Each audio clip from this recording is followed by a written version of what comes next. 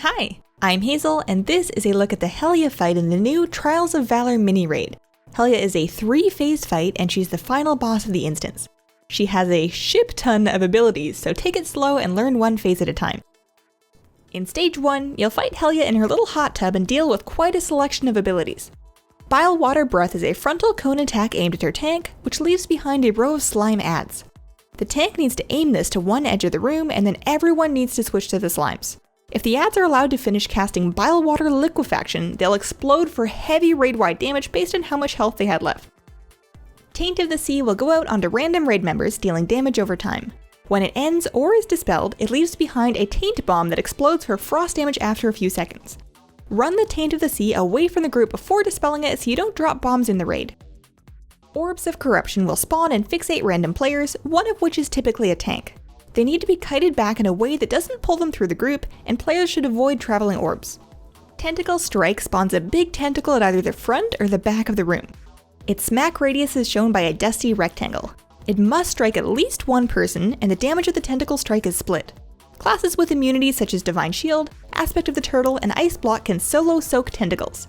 If nobody can soak it with a cooldown, then you need to stack as many people in the rectangle as you can to share the damage. If nobody takes a slam, it'll deal that same amount of slam damage to the entire raid individually. That's bad news. When Helya reaches 65%, she'll go for a swim and Phase 2 will begin. Gripping tentacles will spawn at various points in the room. You need to kill all of them to push her to Phase 3. For the tentacles on the platforms in particular, your raid will need to move as a group so that your healers can keep up with raid damage. Fury of the Maw is a pushback wave that'll happen throughout the rest of the fight. It deals relatively minor damage to everyone in it and washes away all ground goop. There's going to be a lot of goop from here on, so that's pretty helpful. Torrent nails several players with moderate damage and happens periodically throughout Phase 2. That damage goes stronger as time goes on, getting harder to deal with as the phase progresses. 3 different types of adds will spawn in Phase 2, and they all need to be dealt with. The Grime Lord will cast Anchor Slam in a circle on the tank, dealing huge damage and increasing their damage taken. This is a good spot for either a cooldown or a tank swap, and it's important that only the tank get hit by Anchor Slam. He'll also cast Sludge Nova, which is a 3-second casted stomp. Everyone, tanks included, should get at least 15 yards away for Sludge Nova, then jump back in after it ends. Finally, the Grime Lord puts out Fetid Rot onto random raid members. This debuff starts at 3 stacks, and the stacks decrease on their own. Each stack does damage and decreases the healing taken by the target. When the final stack expires or is dispelled, the player explodes for damage within 5 yards and applies Fetid Rot to anybody hit by that explosion. If you get Fetid Rot on you, get out of the raid. Healers should take care not to dispel anyone still in the group, or you'll spread Fetid Rot to more people. Night Watch Mariners will spawn, and they're just as awful as they were in Mob Souls. Ghostly Rage gives them a little burst of attack speed, so tanks be aware of that. Give No Quarter moves the Mariner and does damage to his destination, marked by a scary blue swirl. That hits pretty hard, so avoid the blue swirls. Finally, when he reaches full energy, he'll do the nightmare-inducing Lantern of Darkness. You really want to kill him before he gets this far, because too much lantern time will just ruin your whole raid. Decaying Minions spawn in greater numbers than the other 2 types of adds, and they need to be cleaved down.